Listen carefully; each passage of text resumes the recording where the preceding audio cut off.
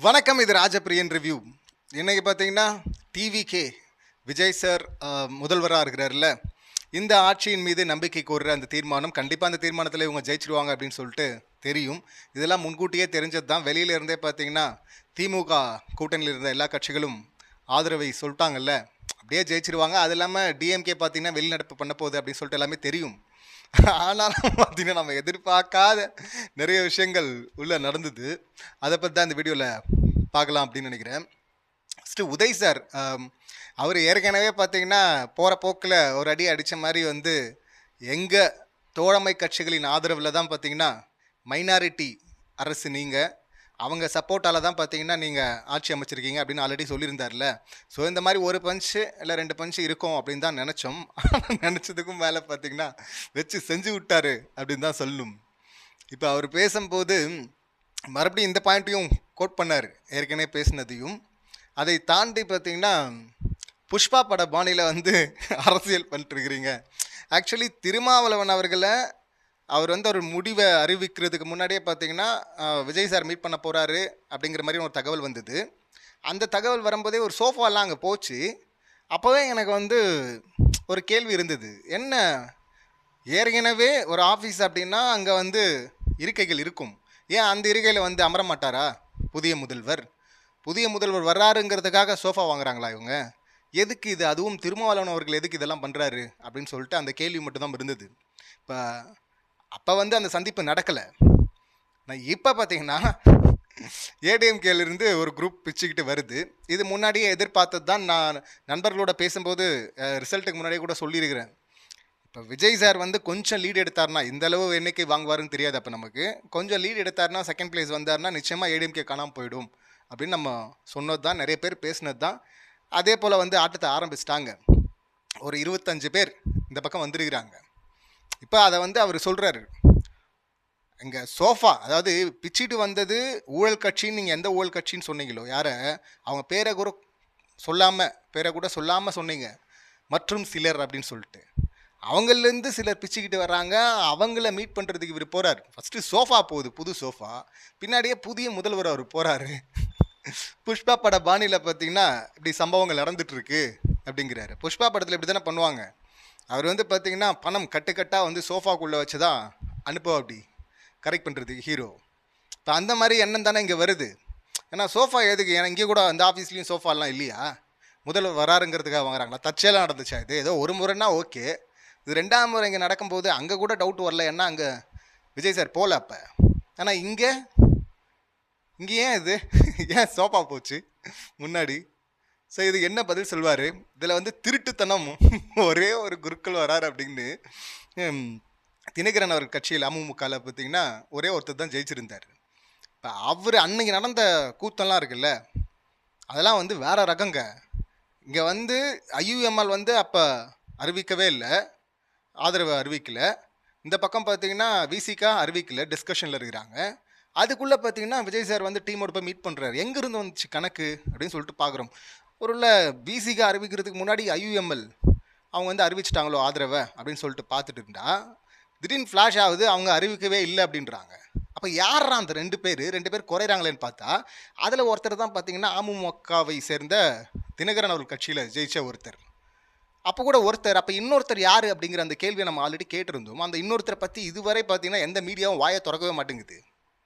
ஏன்னா அதற்கு அடுத்த நாள் தான் பார்த்தீங்கன்னா விசிகாவும் ஐயுஎம்எலும் வந்து ஆதரவை தெரிவித்தாங்க. அப்போ முன்னாடி இவங்க போய் மீட் பண்ணுறாங்க அப்படின்னா எண்ணிக்கை 118 கணக்கு இல்லாமல் இப்போ மீட் பண்ணுவார் விஜய் சார் திரும்ப. அதுவும் வந்து எந்த ஆளுநர் வந்து திரும்பி அனுப்பிச்சிட்டே இருக்கார்ல 2 முறை, அப்படி 2 முறை 3 முறை அனுப்புகிறாங்கன்னா எப்படி அவர் போவார்? 3ஆவது முறை போகும்போது இது எப்படி, எந்த கணக்கில் போவாங்க அப்படின்னு பார்க்குறோம். திடீர்னு டிடிவி வர்றாரு, ஒரே ஒரு குருக்கள் இருந்தார், அவரையும் ஆட்டையை போட்டு போயிட்டாங்க அப்படின்னு சொல்லிட்டு அவர் நாட் ரீச்சபிள் இருக்காரு, நான் போய் ஆளுநர்கிட்ட கம்ப்ளைண்ட் கொடுத்துட்டு வந்துருக்கிறேன், இது மாதிரி தூக்கிட்டு போயிட்டாங்க அப்படின்லாம் பார்த்தீங்கன்னா பரபரப்பாக பேச ஆரம்பித்தார். திடீர்னு நைட்டு பார்த்தீங்கன்னா வந்து யாரை தூக்கிட்டு போயிட்டாங்கன்னு சொல்கிறாரோ அவரு கூடவே வந்து லாயரை வச்சுக்கிட்டு அவர் என்ன சொல்கிறாரு, ஃபோன் வந்து நான் இப்போ மிஸ் பண்ணியிருந்தேன், ஃபோன் இல்லை எடுக்க முடியல அப்படின்னு ஒரு கதை சொல்கிறாரு. அவர் வந்து நான் ஆதரவே கொடுக்கல, ஆனால் நான் கொடுத்ததா ஒரு லெட்டர் ஒன்று அங்கே போயிருக்கு, நான் கொடுக்கவே இல்லை அப்படிங்கிறாரு. அன்றைக்கி நைட்டு பார்த்தீங்கன்னா டிவிக்கு வந்து ரிலீஸ் பண்ணுறாங்க வீடியோ. அதில் வந்து இவர் கொடுத்துருக்காரு பாருங்கன்னு சொல்லிட்டு வீடியோ சின்ன ஃபுட்டேஜ் ஒன்று ரிலீஸ் பண்ணுறாங்க. அது எங்கே எடுத்தது? காருக்குள்ளே வச்சு. காருக்குள்ளே வச்சு ரகசியமாக எடுக்கிறது. என்ன நடக்குது இங்கே? இது என்ன சினிமாவா? பண்ணலாமா முதல்ல? ஸோ அதுவே தெரியுது ஒரு டீலிங் நடந்திருக்கு அப்படின்னு சொல்லிட்டு. ஸோ இந்த குதிரை பேரம் நடக்கக்கூடாது அப்படிங்கிறதுக்காக தான் எண்ணிக்கை கேட்குறேன்னு சொல்லிட்டு ஒரு பக்கம் அங்கே ஆளுநர் சொல்லிட்டு இருக்கும்போது இந்த மாதிரி ஒரு சம்பவம் நடக்குது. அப்போ நான் கொடுக்கவே இல்லை, ஃபோர்ஜரி 420 அப்படின்னு சொல்லிட்டு அந்த ஆதரவு கொடுக்குறதுக்கு முன்னாடி ஃபேக்காக லெட்டர் ரெடி பண்ணியிருக்காங்க அப்படின்னு சொல்லிட்டு இவங்க சொல்ல, இல்லை அவர் தான் சைன் பண்ணாருன்னு சொல்லிட்டு இவங்க வீடியோ ரிலீஸ் பண்ணுறாங்க. அந்த காருக்குள்ளே வச்சு எடுக்கும்போது தெரியுது இது ஏதோ டுபாகூர் வேலை நடந்திருக்கு அப்படின்னு சொல்லிட்டு. அது அப்பா குதிரைக்குள்ளே இல்லைன்னுவாங்கல்ல, அந்த மாதிரி இவங்களாம் வாண்டடாக டிவிக்கு வந்து மாட்டிக்கிட்டாங்க. இப்போ அதை வச்சு டெஃபினட்டாக வந்து இவரை சிஎம் ஆக விடாமல் தடுத்திருக்கலாம். ஏன்னா தினகரன் இதெல்லாம் அனுபவிச்சு தான் வந்துருக்கிறாரு.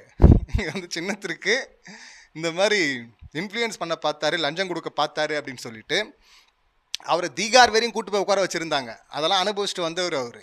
ஸோ அது வந்து ரிப்பீட் ஆகவும் வாய்ப்பு இருக்குது. இப்போவும் பார்த்தீங்கன்னா ஒன்றியத்தில் இருக்கிற ஜீக்கள் பார்த்தீங்கன்னா அலோவ் பண்ணியிருக்கிறாங்க, அவங்களும் அலோவ் பண்ணியிருக்கிறாங்க. இல்லை ஸ்டாப் பண்ணணும்னு நினச்சிருந்தா பண்ணியிருக்கலாம். இல்லை அதுக்கப்புறமா வந்து எதிர்கட்சிகள்லாம் சேர்ந்து போராட்டம் பண்ணி விஜய் சாருக்கு அந்த நியாயத்தை இல்லை நீதியை வந்து வாங்கி கொடுத்துருக்கலாம். அவர் பண்ணியிருக்க மாட்டார். அப்போ மற்றவங்க தான் பண்ணோம், மற்றவங்க தான் பேசணும்ல. ஸோ அப்படி தான் நடந்திருக்கலாம். ஸோ கிளியராக ஒன்று தெரியுது. அப்போ பேரம் நடந்துச்சுன்னு அது ஏஐ வீடியோன்ட்டார். வீடியோ இவங்க ரிலீஸ் பண்ணதும் டிடிவி வந்து எங்கள் ஆள் சைன் பண்ணவே இல்லை, அது ஏஐயில் எடுத்தது. அப்படியே அவர் தான் பண்ணாருன்னா அப்போ என்னெல்லாம் பேசுனீங்க மொத்த தகவலும் கொடு அப்படின்ட்டார். ஸோ கிளியராக தெரியுது. இப்போ திடீர்னு அந்த காமராஜ் பார்த்தீங்கன்னா இங்கே வந்து ஆதரவு அப்படிங்கிறாருங்க. இன்றைக்கி வந்து அங்கே வந்து நான் லெட்டரே கொடுக்கலங்கிறாரு. இங்கே வந்து நான் ஆதரவு, நேற்று ஆதரவு, இன்று ஆதரவு, நாளை ஆதரவுன்னு சொல்லிட்டு 5 வருஷத்துக்கும் ஆதரவு சொல்லுங்கிறாரு அவர்.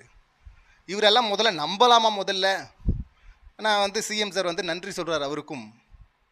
இதில் எவ்வளோ பெரிய டுபாகூர் நடந்திருக்கு. இதை எந்த மீடியாவது எடுத்து பேசுதா? ஆக்சுவலி இதை பேசியிருக்கணும்ல. இதில் யார் சொல்கிறது உண்மை?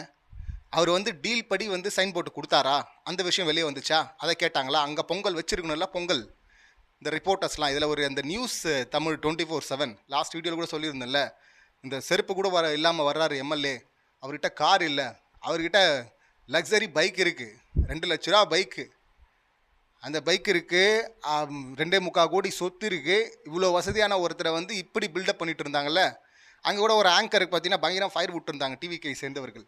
நெல்சனுக்கு எதிராக அவங்க பேசிட்டாங்க, டிவிக்கு சப்போர்ட் பண்ணி பேசிட்டாங்கன்னு. அந்த வீடியோலாம் பார்க்கவே முடியல அந்த அம்மா பேசுகிறதெல்லாம். அவ்வளோ தற்கொலைத்தனமாக இருக்குது. இப்போது கூட பார்த்தீங்கன்னா தமிமுன் அன்சாரி அப்படின்னு சொல்லிட்டு எம்எல்ஏ இருக்கார்ல, முஸ்லீம் லீக், அவரை வந்து டார்கெட் பண்ணுறாங்க. ஒரு ரிப்போர்ட்டர் வந்து கத்துறா அப்படியே கேள்வி கேட்க வேண்டியதானே உன் வேலை. பதில் அவர் சொல்லுவார், நீ என்ன பொங்கல் வச்சுட்டு இருக்காங்க, நீ பொங்கல் எங்கே வச்சிருக்கணும்? இந்த காமராஜ் எம்எல்ஏ இருக்கார்ல, அவர்கிட்டலாம் வச்சிருக்கணும். என்னங்க நீங்கள தூக்கிட்டு போயிட்டாங்க அப்படின்னாரு அவர். அதுக்கப்புறம் அவர் கூட வந்துட்டு நீங்கள் போலீஸ் கம்ப்ளைண்ட் கொடுக்க போகிறோம். நீங்கள் இப்போ வந்து ஆதரவுன்றீங்க. என்னங்க மாற்றி பேசிகிட்டு இருக்கீங்க? அந்த வீடியோவில் இருந்தது நீங்களா இல்லையாங்க? அதை சொல்லுங்கள். அப்போ வீடியோவில் இருந்தது நீங்கள் தானா, அப்புறம் ஏங்க மாற்றி பேசுனீங்க ப்ரெஸ்ஸில் வந்து அப்படின்னு கேட்டிருக்கணும்ல. அதை ஒருத்தரும் கேட்க மாட்றாங்க பாருங்கள். ஒருத்தரும் கேட்கல, அப்படியே ஊற்றி மூடுறாங்க. இந்த பக்கம் ஆளுநரும் அதை பெருசாக்கலை. அந்த கம்ப்ளைண்ட்டை அவங்க பெருசாக்கணும்னு நினச்சிருந்தா ஆக்கியிருக்கலாம். ஸோ இப்படி ஒன்று இங்கே ஒரு காமெடின்னா, இங்கே எடப்பாடி அவர்களுக்கு எதிராக வந்து பிச்சுக்கிட்டு வர்றோன்னு சொல்லிட்டு அந்த மற்றும் சிலர் இருக்காங்கல்ல, உதய் சார் பேசும்போது இன்னொன்று சொல்லியிருந்தார். இந்த மற்றும் சிலர் அப்படின்னு சொன்னீங்கல்ல, அந்த மற்றும் சிலர்லேருந்து சிலர் பிரிஞ்சு வந்து உங்களுக்கு ஆதரவு தரப்போறேன்னு சொல்கிறாங்க. அவங்களுக்கு நீங்கள் அமைச்சர் பதவி தரப்போகிறதா தகவல்கள்லாம் செய்திகள்லாம் வருது. அந்த மற்றும் சிலருக்கு மாண்புமிகு மற்றும் சிலருக்கு வாழ்த்துக்கள் அப்படின்லாம் சொன்னதெல்லாம் வேற லெவல், செம கலாயாது. அதே போல் திருட்டுத்தனமா அப்படின்னு சொல்லிட்டு இந்த காமராஜ் எம்எல்ஏ வந்து நீங்கள் ஆட்டை போட பார்த்தீங்கன்னு சொல்லிட்டு டிடிவி சொல்லிட்டாரு அப்படின்றத வந்து சபாநாயகரும் வந்து அந்த திருட்டுத்தனம் அப்படிங்கிறத மட்டும் நீக்கிடுறோம் அவை குறிப்பிலிருந்து அப்படின்லாம் சொன்னார். பட் அதுக்கு பேர் என்ன? அதில் அதுக்கும் மேலே போயிட்டு நானாவது டீசெண்டாக சொன்னேன், ஆனால் டிடிவி பார்த்தீங்கன்னா அவர் மாற்றம் நின்னீங்களே, இங்கே துர்நாற்றம் தான் வீசுது அப்படின்னு சொல்லிட்டு அவர் வச்சு செஞ்சு விட்டாரு.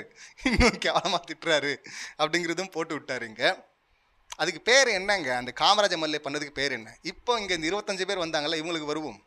டிஎம்கே சப்போர்ட்டில் ஏடிஎம்கே வந்து ஆட்சிக்கு வரதா இருந்துச்சா, அதை எதிர்த்துட்டு இவங்க வந்துட்டாங்களா? டேங்கப்பா, சிவி சமூகம் அவர் சொல்கிறதெல்லாம் இருக்குல்ல, அவர் பார்த்தீங்கன்னா என் பசங்களை வர சொல்கிறோம், உங்கள் பசங்களை வர சொல்லுங்க, சத்தியம் பண்ணுவோம்.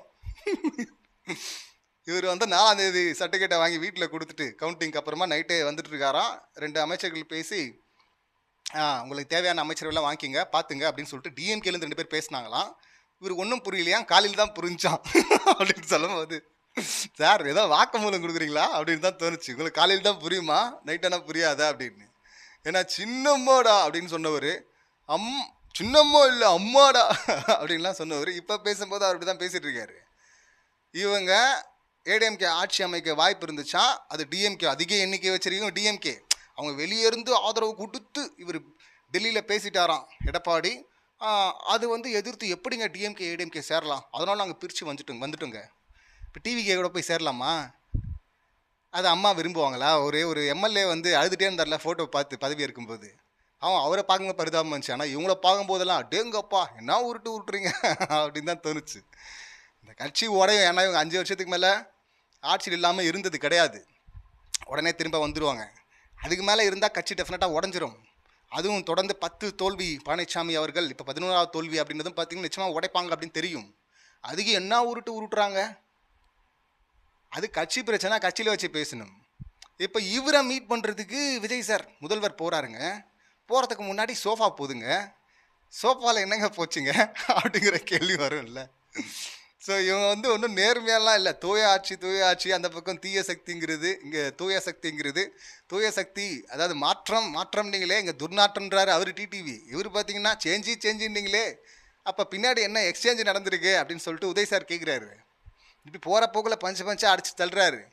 ஏதோ எக்ஸ்சேஞ்ச் நடந்திருக்குன்னு தெரியுது. புஷ்பா படப்பாங்க ஓப்பனாக போட்டு உடைச்சிட்டாரு. நீங்கள் என்ன பணம் கொடுத்தீங்களா சோஃபாவில் வச்சு அப்படின்னு சொல்லிட்டு. இதுக்கு பதில் சொல்லணும்ல, சொல்லியிருக்கணும்ல, சொல்லுவார்னு எதிர்பார்ப்போம்ல. உங்கள் மைனாரிட்டி அரசு எங்கள் சப்போர்ட்டில், எங்கள் தோழமை கட்சிகள் இருக்குல்ல, அவங்க சப்போர்ட்டை தான் வந்திருக்கீங்க. நீங்கள் வாங்கின பர்சன்டேஜ் இவ்வளோ தான், நீங்கள் வாங்கின ஓட்டு இவ்வளோ தான், உங்களை வேணான்னு சொல்கிறவங்க தான் அதிக பேர் அப்படின்னு சொல்லிட்டு அதையும் சொல்லிட்டாரு. இன்னொன்று, நீங்கள் வந்து நாங்கள் ஆட்சிக்கு வரும்போது 21ல் 0.7% தான் இங்கே வளர்ச்சி விகிதம் ஜிடிபி. அதை வந்து டபுள் டிஜிட்டில் எடுத்துகிட்டு வந்திருக்கோம். இந்தியாவிலே நம்பர் 1 இடத்துக்கு எடுத்துகிட்டு வந்திருக்கோம். ஆனால் வந்த முதல் நாளே 4000 ரூபா போடுறோன்ட்டார். 5 கோப்பில் சைன் போட்டார். ஆவின் பால் விலை குறைப்பு, பெட்ரோல் விலை குறைப்பு, இப்படி எல்லாம் பண்ணோங்க. ஏன்னா இதே தான் அங்கே முன்னாள் முதல்வர் ஸ்டாலின் அவர்களும் சொல்லியிருந்தார். கஜானா காலின்லாம் உருட்டாதீங்க, கஜானாவில் காசு இருக்குது, உங்களுக்கு மனசும் திறமை இருந்தால் நீங்கள் கொடுக்கலாம் அப்படின்னு. ஏற்கனவே செஞ்ச நலத்திட்டங்களா செய்யுங்க அப்படின்னு சொல்லிட்டு அது இல்லாமல் நீங்கள் தான் உங்களுக்கு தடையாக இருக்க மாட்டோம்னு சொல்லிட்டோம். நாங்கள் கிளம்ப போகிறோம் வெளியில், நாங்கள் வெளியே போகிறது உங்களுக்கு தான் நல்லது, எப்படி நீங்கள் தான் ஜெயிக்க போகிறீங்க, தடையாக இருக்க மாட்டோம்னு சொல்லிட்டோம்ல, அதனால் இந்த வாக்கெடுப்பில் நீங்கள் ஜெயிங்க. ஆனால் ரொம்ப நாள்லாம் மக்களை காக்க வைக்காதீங்க, செய்ய வேண்டியதெல்லாம் செஞ்சுருங்க சீக்கிரம் அப்படின்னு சொல்லிட்டு பஞ்ச் அடிச்சு தான் அவர் போகிறாரு வெளில. ஸோ இதுக்கெல்லாம் சேர்த்து விஜய் சார் பேசுவார்னு சொல்லிட்டு ஆவலாக எதிர்பார்த்துட்டு இருந்தேங்க. கடைசியாக பேசுவாருன்னு. அதுக்கு முன்னாடி இந்த ப்ரொசீஜரே பார்த்தீங்கன்னா ஒன்றும் குரல் வாக்கெடுப்பு இல்லைனா எண்ணிக்கை அப்படின்னாங்களா. நான் எண்ணிக்கைன்னதும் பார்த்தீங்கன்னா ஓட்டு குத்துவாங்க அப்படின்னு நினச்சிட்டேன். நான் ரகசிய வாக்கெடுப்பாக இருக்கும் போல இருக்கு அப்படின்னு. ஆனால் எண்ணிக்கைன்னா வந்து 6 பிரிவாக பிரித்து உட்கார வச்சுருக்கிறாங்கல்ல. அந்த 6 பிரிவும் ஒரு பிரிவில் எழுப்பி நிற்க வச்சு ஆதரவளிக்கலாம் எழுந்துருங்க, எதிர்க்கிறவங்க எழுந்துருங்க, நடுநிலையாக இருக்கவங்க எழுந்துருங்க. அதில் என்ன நடுநிலை கணக்குன்னு புரியல. ஒன்று வெளியே போயிட்டு இல்லை நடுநிலையாக அது என்ன கவுண்டில் எடுப்பாங்கன்னு தெரில எனக்கு. பட் எப்படி இவர் தான் ஜெயிப்பாருன்னு தெரிஞ்சிருச்சு. ஸோ இதில் பார்த்தீங்கன்னா பாமக அவங்க நடுநிலை அப்படின்ட்டாங்க. 22 பேர் எதிர்த்து ஓட்டு போட்டாங்க. இந்த 25 பேர் பார்த்தீங்கன்னா அங்கே சப்போர்ட் பண்ணுறாங்க. பிரிஞ்சு வந்த 25 பேர் எந்த பிரதிபலனும் இல்லாமையா? இதில் இந்த காமராஜ் அவர்களை நம்ப முடியுமா? அவரை விட்டுருங்க. இந்த 25 பேரை நம்ப முடியுமா? இப்போயே பெரிய கட்சியை உடச்சிட்டு வந்தால் 25 பேர் வெளில வர்றாங்க. முதல்ல 32 பேர் வந்தால் தான் இது செல்லும் அப்படிங்கிறது தான் கணக்கு. 3ல் 2 பங்கு வரணும். 47 32 பேர் வரணும். ஆனால் 22 பேர் அங்கே இருக்கிறாங்க, 25 பேர் இங்கே இருக்கிறாங்க. 25 பேர்னா மிச்சம் 7 பேர் இருக்கணுமே. 7 பேர் இல்லைன்னா இவங்க டிஸ்குவாலிஃபை பண்ணப்படுவாங்களா? அப்படி பண்ணாங்க இடைத்தேர்தல் வருமா அப்படிங்கிற பல கேள்வி இருக்குது இன்னும். ஆனால் எந்த தைரியத்தில் வராங்க இவங்க அப்படின்னு தெரியல. ஆனால் வெளியிலிருந்து ஆதரவுலாம் சொல்லலை, இவங்க உள்ளே வரப்போகிறாங்க அப்படிங்கிறது தான் தகவல். அது எடப்பாடி அவர்கள் பேசும்போது சொன்னார்ல, ஆசை வார்த்தை காட்டி அதாவது மினிஸ்டர் தர்றோம், வாரியம் தர்றோம் அப்படின்னு சொல்லிட்டு ஆசை காட்டி பார்த்தீங்கன்னா இங்கேருந்து கூப்பிட்டு போயிருக்கிறாங்கன்னு. அப்போ இப்படிப்பட்டவங்க வீட்டுக்கு சோஃபா போகுது, அவரை பார்க்குறதுக்கு பின்னாடியே சிஎம் சார் போகிறாரு அப்படின்னா இப்போ புஷ்பா மாதிரி தானே இருக்குது. அதுவும் தொடர்ந்து நடக்கும்போது இதில் இன்னொன்று எதிர்பாராது இது ஸ்டாலின் சார், உதயநிதி ஸ்டாலின் வந்து பண்ணுவார் அப்படின்னு சொல்லிட்டு வச்சு செய்வாருன்னு தெரியும் நமக்கு. அதே போல் ரொம்ப நேரமும் எடுத்துக்காமல் ஷார்ட்டான நேரத்தில் என்னெல்லாம் பண்ணோம், உங்களெல்லாம் விமர்சனம் பண்ண ஆரம்பிச்சிட்டாங்க. இந்த ரீல்ஸ் ஆட்சியெல்லாம் பண்ணாமல் இங்கே ரியல் ஆட்சி பண்ணுங்க அப்படின்லாம் வச்சு செஞ்சு விட்டு அவர் போயிட்டார். பிரேமலதா மேம் என்ன பேச போகிறாங்கன்னு பார்த்தோம். அவங்களுடைய வார்த்தை ஃப்ரேமிங்கில் வந்து சில பிரச்சனைகள் இருக்குதான். ஆனால் பார்த்தீங்கன்னா ரொம்ப சாதாரணமாக இயல்பாக 2 விஷயத்த போட்டு அடித்தாங்க. சிறப்பாக இருந்தது. ஒன்று வந்து இந்த காரில் ஒருத்தர் முகத்தை மூடிக்கிட்டே போனார்ல கர்ச்சீஃப் வச்சுட்டு, விஜய் சார் வீட்டில் அந்த வீடு ஆஃபீஸோ போகும்போது, அது எல்லாம் ஊடகத்தில் வந்தது. பட் அது யாருன்னு கிளியர் பண்ணவே இல்லை. இந்த ரிப்போர்ட்டர் பொங்குறாங்கல்ல, பொங்குற பொங்கல் அங்கெல்லாம் பொங்கணும், யாருன்னு கேட்கணும்ல, அதை கேட்க மாட்டாங்க. அங்கே ஒன் சைடாக அங்கேருந்து என்ன தகவல் கொடுக்குறாங்களோ அதை மட்டும் இங்கே ஸ்டோரி போட்டே இருப்பாங்கல்ல. ஸோ அது யார் அது? நீங்கள் என்ன சொன்னீங்க? இது விஜய் சார் சொன்னார் ஃபஸ்ட்டு டே பதவி இருக்கும்போதே. என்ன சொன்னார்? யாரையாவது சந்திக்கணுன்னா நான் நேராக போவேன், மறைஞ்செல்லாம் போக மாட்டேன் அப்படின்னாரு. அப்போ கூட நம்ம கலாச்சிருந்தோம், இவர் ப்ரொஃபஷ்னலாக பேசுகிறாரா பர்சனலாக பேசுகிறாரா தெரியலையே அப்படின்னு சொல்லிட்டு. இப்போ அப்படி சொன்னீங்களே, உங்களை சந்திக்க கால் ஒருத்தர் மறைஞ்சு வந்தார், அவர் யார் யாருன்றதை நீங்கள் தெளிவுபடுத்தணும் அப்படின்னு கேட்டது வந்து சிறப்பாக இருந்தது. இதெல்லாம் வந்து யூஸ்வலாக பேச மாட்டாங்க. ஆக்சுவலி இதெல்லாம் ரிப்போர்ட்டர் கேட்க வேண்டிய கேள்வி. அவங்க பார்த்தீங்கன்னா சட்டமன்றத்தில் அதை கேட்டு விட்டாங்க. அது கேட்டது மட்டும் இல்லாமல் இன்னொன்று சிறப்பாக பண்ணாங்க. இங்கே என்னவோ மன்னர் பரம்பரையிலேருந்து வரல, சாதாரண குடும்பத்துலேருந்து வந்தேன் அப்படின்லாம் சொன்னீங்க. உங்கள் ராஜகுருவா நீங்கள் அந்த ஜோசியக்காரை வச்சுங்க, பிரச்சனை இல்லை. அதை வந்து பர்சனலாக வச்சுங்க. அது என்ன இங்கே வந்து அரசு ஏதோ OST officer on special duty, IAS ஈக்குவலான ஒரு பதவியெல்லாம் கொடுத்துட்ருக்கீங்க. உங்களை நம்பி வந்து யங்ஸ்டர்ஸ் நிறைய பேர் ஓட்டு போட்டிருக்காங்க, அவங்களுக்கு என்ன எக்ஸாம்பிள் செட் பண்ணுறீங்க அப்படின்னு சொல்லிட்டு ரொம்ப ஸ்ட்ரைட்டாகவே கேட்டாங்க. அதெல்லாம் எதிர்பார்க்கவே இல்லை நிஜமாகவே. மேடம் பிரேமலதா அவர்கள் வந்து நிஜமாகவே சூப்பர் அந்த விஷயத்தில். இந்த வார்த்தைகளில் வேறு கொஞ்சம் சரியாக இல்லைனாலும் கேட்க வேண்டியதை வந்து ரொம்ப சரியாக, இதெல்லாம் கேட்க மாட்டாங்க மற்றவர்கள், ஆனால் ரொம்ப சரியாக கேட்டாங்க. அவர் வந்து விஜய் சார் பேசும்போது ஐ வில் ரீகன்சிடர் அபவுட் அப்படின்னாரு, அபவுட் இட் அப்படின்னாரு. அதுக்கப்புறமா வாபஸ் வாங்கிட்டாங்க. இதில் என்ன வேடிக்கைன்னா, இவர் வந்து இந்த ஜோசக்காரர் வந்து லாஸ்ட் வீடியோவில் கூட சொல்லியிருந்தல, அவர் நிறைய வீடியோ போட்டிருக்காரு. அதில் வந்து நான் யாரை வேணால் பெரிய ஆள் ஆக்குவேன், எனக்கு அந்த சீக்ரெட் தெரியும், அப்படி நான் சும்மாலாம் ஆக்குறதுக்கு நான் என்ன இதுவா 10% கமிஷன் எனக்கு கொடுக்கணும், நான் வந்து அவங்கள அதாவது கெட்டவங்க கை கூட என்னோட அந்த சீக்ரெட் போயிடுச்சுன்னா அவங்கள அரசாங்கமே ஒன்றும் பண்ண முடியாத இடத்துக்கு அவங்க மேலே போயிடுவாங்க அப்படின்லாம் என்னென்னவோ பேசுகிறாரு. இன்னொன்று முக்கியமாக அவர் பேசுனது வளர்னது, இங்கே வந்து 41 பேர் செத்துட்டாங்களே அப்படின்னு சொல்லிட்டு ஒரு இன்டர்வியூவில் அவங்களை கேட்கும்போது, இதெல்லாம் வந்து சைனா வரையும் போயிருக்கு, இந்த நியூஸ்லாம் பேப்பர்லாம் வந்திருக்கு. அங்கே பார்க்குறவங்க வந்து என்ன இப்படி வர வச்சு கொண்டுட்டாங்களே அப்படின்லாம் பார்க்க மாட்டாங்களாம் மக்கள். வேறு நாட்டில் பார்க்குற மக்கள்லாம் அவங்க எப்படி பார்ப்பாங்கன்னா, ஓ இவ்வளோ கிரேஸ் இருக்கா அப்படின்னா யாருங்க அவர், எனக்கே அவரை பார்க்கணும் போல இருக்கேங்க அப்படின்னு நினைப்பாங்களாம். அப்படியா நினைப்பாங்க மக்கள் அதை பார்க்கும்போது. என்னடா இது 41 பேர் செத்துருக்காங்களேடா அப்படின்னு சொல்லிட்டு அப்படி பரிதாபப்பட மாட்டாங்களாம் மக்கள். அதை இந்த ஆள் பேசிகிட்டு இருக்காருங்க வந்து இன்டர்வியூவில் வந்து உட்காந்துக்கிட்டு. இன்னும் என்னென்னவோ கதையெல்லாம் அடிச்சு விடுறது இஷ்டத்துக்கும் வாயில் வந்தெல்லாம்.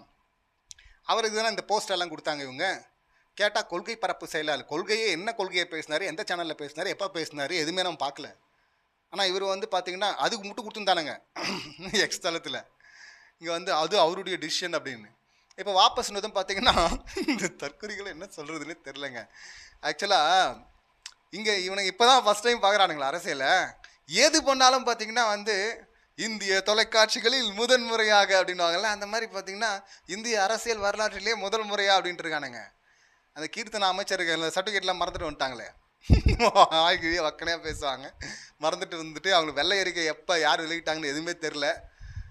அவங்க அப்படி அதே போல் தானே எல்லோரும் இருப்பாங்க சோஷியல் மீடியாவில் இருக்கவங்களும், அந்த ஐடி விங்கும்.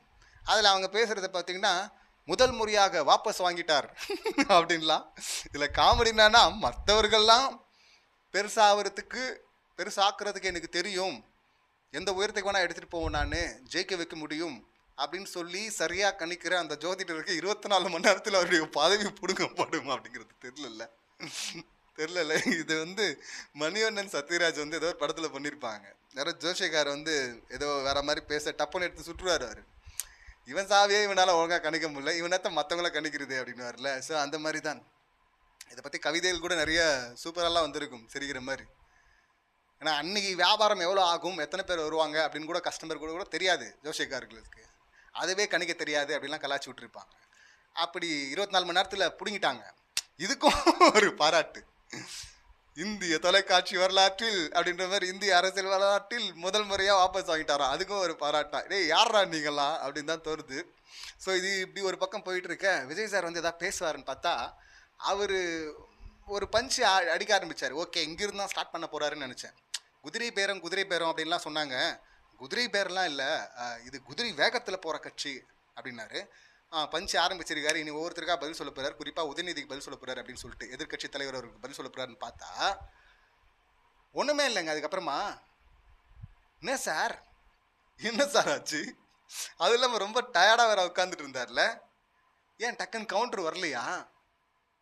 அதை பேசணும் இல்லைங்க, அங்கே பேசாமல் விட்டு இங்கே வந்து எக்ஸலத்தில் பக்கம் பக்கமாக எழுதிட்டு இருக்காங்க. அப்போ யாரோ எழுதி கொடுக்குறான்றது இப்போ இங்கே தெளிவாகுதா? ஏங்க அவர் கேட்டது ஒரு 3 பஞ்ச் அடித்தார், 3-4 பஞ்சு, அந்த 4 பஞ்சுக்கு பதில் சொல்ல மாட்டீங்களாங்க அங்கே நீங்கள்? அப்புறம் அது வந்து இந்த இங்கிலீஷ் எல்லாம் பேசாத என்னவோ அதை சொல்லு ஸ்ட்ரைட்டாக அப்படின்வாங்களே, அந்த மாதிரி தான் கேட்கணும். இந்த குதிரை வேகத்தில் போகிறது அதெல்லாம் இருக்கட்டும் சார், நடந்ததா இல்லையா? இந்த காமராஜ் ஊடகத்துக்கு முன்னாடி தான் அதெல்லாம் பேசினார். நான் ஆதரவே கொடுக்கல அப்படின்னாரு. அது வந்து ஃபேக்கார் ரெடி பண்ணிட்டாங்க, அது ஃபோர்ஜரி அப்படின்னாரு டிடிவி. அவர் கூட தான் இவர் பேட்டி கொடுத்தாரு. அதுக்கப்புறம் நீங்கள் வீடியோ ரிலீஸ் பண்ணீங்க, அவர் தான் கொடுத்தாருன்னு. இப்போ சட்டமன்றத்தில் வந்துட்டு நான் தான் கொடுத்தேன், நேற்று கொடுத்தேன், இன்னைக்கு கொடுத்தேன், நாளைக்கு கொடுப்பேன் அப்படின்றாரு. எது இதில் உண்மை? எந்த இடத்துல அவர் அந்தர்பல்ட்டி அடித்தார்? ஏதோ ஒன்று டுபாகர் வேலை நடந்திருக்குன்னு கிளியராக தெரியுதா இதில்? அதுக்கு பதில் சொல்லுங்கன்னா அதுக்கு பதில் சொல்ல முடியாதுல்ல. முகத்தை முன்னு போனது யாருன்னு பதில் சொல்ல முடியாதுல்ல. ஒன்று பண்ண முடியும், அந்த ஜோசியரை வேணா வேலையை விட்டு தூக்குறோம் அப்படின்னு சொல்லிட்டு தூக்கியிருக்கிறாங்க. அதுக்கப்புறம் அவர் பதிலே சொல்லுங்க. பஞ்சு அங்கெல்லாம் அடிச்சிருக்கணும், இங்கே வந்து பக்கம் பக்கமாக எழுதுறாங்களா. இதுக்கு பிரேக்கிங் நியூஸ் வேறு. மீட் பண்ண முடியாதப்ப, இந்த மாதிரி கூட்டத்தோட்டெல்லாம் நடக்காத போது பிரேக்கிங் நியூஸ் வந்தால் வேற. அங்கே பேச வேண்டிய இடத்துல பேசாமல் விட்டுட்டு, விளையாட வேண்டிய இடத்துல கிரவுண்டில் விளையாடாமல் வெளியே வந்துட்டு நான் ப்ராக்டிஸ் பண்ணுற இடத்துல சிக்ஸர் அடித்தான்னா அடிக்கலாம், என்ன கிரவுண்டில் எல்லாம் அடிச்சிருக்கணும், அங்கே அடிக்கலையே. ஸோ அங்கே ஒன்றும் பண்ணல. இது பக்கத்தில் யாராவது எழுதி கொடுக்க சொல்லி அதையாவது வாங்கி படிச்சிருக்கலாம் பஞ்செல்லாம். இல்லை தயாராகிட்டு நாளைக்கு அவங்க வரணும், எதிரில் நின்று மறுபடியும் பேசுவேன். ஏன் சார் ஒரு நாள் எடுத்துகிட்டு பதில் சொல்லிட்டு இருந்தீங்கன்னா எப்படி? அவங்க இன்னும் வச்சு செய்வாங்களே. இப்போல்லாம் வச்சு செய்யணுங்கிறதுக்காக வரல ஆக்சுவலாக. இதெல்லாம் இப்போ சாம்பிளே பார்த்தீங்கன்னா இந்த அடி விழுது எதிர்பார்க்கவே இல்லை. அவ்வளோ பயங்கரமாக இருந்தது அதை பார்க்கும்போது காலையிலே. இப்போவே இந்த அடி. இதுக்கப்புறமா வந்து ஆளுநர்லாம் வந்து பேசிட்டு போனதுக்கப்புறம் ஏற்கனவே எச்சரிச்சிருக்கிறாங்க, நாங்கள் விடமாட்டோம் தமிழை 2வது இடத்துக்கு தள்ளுறது அப்படின்னு. இப்போ ஆளுநர் வருவார், அவர் வந்து பேசி முடிச்சதும் என்ன பாட்டு பாட போகிறாங்க, என்ன பாட்டை பாட வைக்க போகிறீங்க அதில் தெரிஞ்சிடும்ல.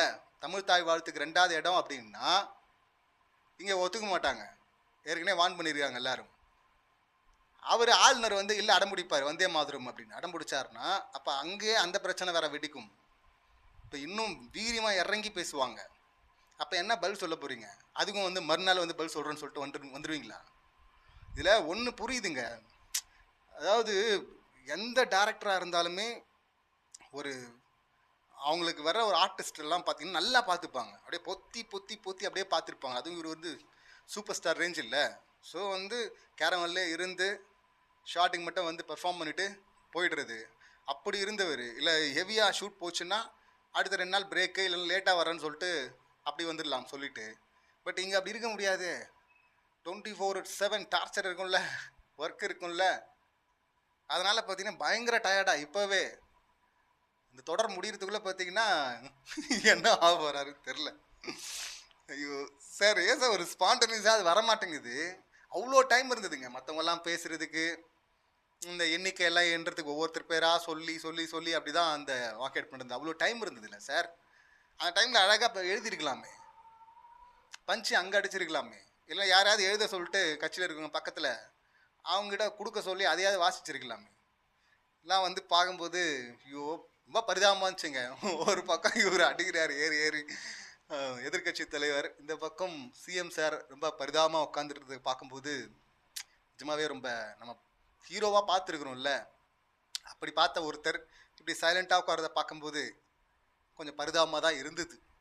அதுவும் எதிர்பாராத இடத்துல இருந்தெல்லாம் பிரேமலதா மேடம் அவங்க அடிச்சதெல்லாம் பார்த்தீங்கன்னா வேற லெவலில். ஸோ இப்போ சிவி சண்முகம் வந்து இந்த 25 பேரை கூப்பிட்டு வந்துட்டாரா, ஊழல் சக்தின்னு சொன்னீங்களா, இப்போ இவங்கள வச்சுக்கிட்டு தூய ஆட்சியை கொடுத்துட்டு போகிறீங்களா? இந்த வெளியிலேருந்து ஆதரவு கொடுத்தாங்கல்ல, விசிகே, ஐயுஎம்எல், கம்யூனிஸ்ட், இவங்கெல்லாம் அந்த 8 சீட்டு, அந்த 8 பேரை நம்பிடலாம். ஏன்னா அவங்க வந்து பதவி கேட்கல, அவங்ககிட்ட சோஃபாவாக அனுப்புங்கன்னு கேட்கல, வெளியே இருந்து ஆதரவு தர்றோம் அப்படின்ட்டாங்க. அதுவும் எதுக்கு? ஆளுநர் ஆட்சி வந்துடக்கூடாது, குடியரசுத் தலைவர் ஆட்சி வந்துடக்கூடாது, பிஜேபி உள்ளே வந்துடக்கூடாது அப்படிங்கிறதுக்காக அவங்கள நம்பலாம். ஏன்னா அவங்க கொள்கையோடு இருக்கிறவங்க. இந்த காமராஜ் அவராக இருக்கட்டும், இல்லைன்னா வந்திருக்கிற அந்த 25 பேராக இருக்கட்டும், அவங்க அப்படியே நிற்பாங்களா?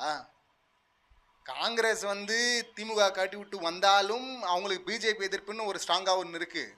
அதனால் அவங்க ஹோல்டு கொடுப்பாங்க அட்லீஸ்ட் ஒரு எலெக்ஷனோ 2 எலெக்ஷனுக்கோ. இப்படி இந்த 25 பேரை எந்த வகையில் நம்புவீங்க நீங்கள்? எண்ணிக்கை இப்போ தேவை தான், ஆனால் இந்த 8 பேர் எண்ணிக்கையே போதுமே இப்போதைக்கு. டிஎம்கே உங்களை டிஸ்டர்ப் பண்ண மாட்டேன்ட்டாங்களே. அப்படி இருக்கும்போது இந்த 25 பேர் யாரை ஊழல்வாதிகள்னு சொன்னீங்களோ அதில் பல பேர் மேலே பல கேஸ் இருக்குங்க. ஒரு கேஸ் 2 கேஸ் இல்லை, பல ஃபைல் இருக்குங்க. இப்போ அதெல்லாம் எடுத்தாங்கன்னா இப்போ அவங்கள வச்சுக்கிட்டு நீங்கள் வந்து தூய ஆட்சியை கொடுத்துருவீங்களா? எப்படி கொடுத்துருவீங்க? இதில் வந்து இந்த குடும்ப ஆட்சி மன்னராட்சின்னு அதை உருட்டிட்டு இருந்தார்ல, மாமியார் மருமகன் ஒரே இதில் சப்போர்ட்டில். இதுக்கு பேர் என்ன சார்? இவங்கள வச்சுக்கிட்டு இதுக்கெல்லாம் விஜய் சார் தான் பதில் சொல்லணும். அவங்க வராங்களா 25 பேரை சேர்த்துப்பீங்களா எண்ணிக்கைக்காக? ஒரு நல்ல டைரக்டர் கிட்ட நல்ல டெக்னீஷியன் கிட்ட மோசமான ஆக்டர் இருந்தால் நல்ல படம்லாம் வராது. அதே போல் நல்ல ஆர்டிஸ்ட் இருந்தும் மோசமான டைரக்டரும் மோசமான டெக்னீஷியன் இருந்தாங்கன்னா நல்ல படம் வராது. டெக்னீஷியன் டீமும் நல்லா இருக்கணும், டைரக்டரும் நல்லா இருக்கணும், கரெக்டாக இருக்கணும், ஆர்டிஸ்ட்டும் கரெக்டாக இருக்கணும். இப்படி எல்லாருமே கரெக்டாக இருந்தால் தான் அது நல்ல படமாக வரும். இந்த அனுபவம் வந்து விஜய் சாருக்கு தெரியுமே.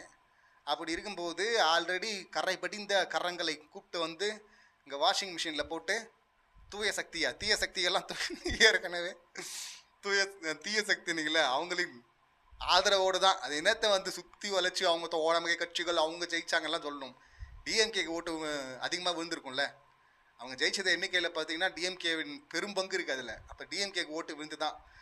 அப்போது தீய சக்தின்னு சொன்னீங்கல்ல, அந்த தீய சக்தியின் ஆதரவில் தான் நீங்கள் ஆட்சியை நடத்திட்டு இருக்கீங்க. அவங்க தயவால கடன் பெற்று அப்படின்லாம் கூட இந்த வளர்ச்சிக்காக வாங்கினது அப்படின்னு கிளியராக சொல்லிட்டாரு, கடன் வாங்கினதெல்லாம் உதயநிதி அவர்கள்.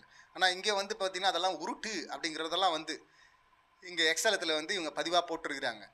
சிஎம் சார்பில் இவங்க அறிக்கையை விடுறாங்க அந்த ஐடியிலேருந்து. அதை விட்டா என்ன வெள்ளனா என்ன, அதான் லைவ்ல எல்லாம் பார்த்துட்டுமே அங்கே நீங்கள் டெலிகாஸ்ட் சொன்னபோது. ஆனால் ரியாக்ஷனுக்கு கட் பண்ணி போவாங்கன்னு சொல்லிட்டு பார்த்தேன், ரியாக்ஷனுக்கு கட் பண்ணவே மாட்டேன்ட்டாங்க விஜய் சாருக்கு. ஒரு கவுண்டருக்கு ரியாக்ஷன் கட் பண்ணி போயிருந்தால் நல்லாயிருக்கும். நான் பார்த்த அந்த சேனலில் ரியாக்ஷன் கட் பண்ணவே இல்லை. ஆனால் நம்ம நினைக்கும் போதே பரிதாபமாக இருந்துச்சு, பாவம் அவர். சரி உஷாராக ஏதாவது பதில் யோசிச்சுட்டு வருவார் அப்படின்னு பார்த்தா ஒன்றும் பண்ணல. வெளியே வந்து உருட்டி ஒன்றும் ஆக போகிறது இல்லை சார். ஸோ ஊழல் கட்சிகள் அப்படின்னு சொல்லிட்டு யாரா சொன்னாங்களோ அவங்கள வச்சுக்கிட்டு இந்த தூய சக்தி வந்து ஆட்சியை தரப்போகுது அப்படிங்கிறதெல்லாம்.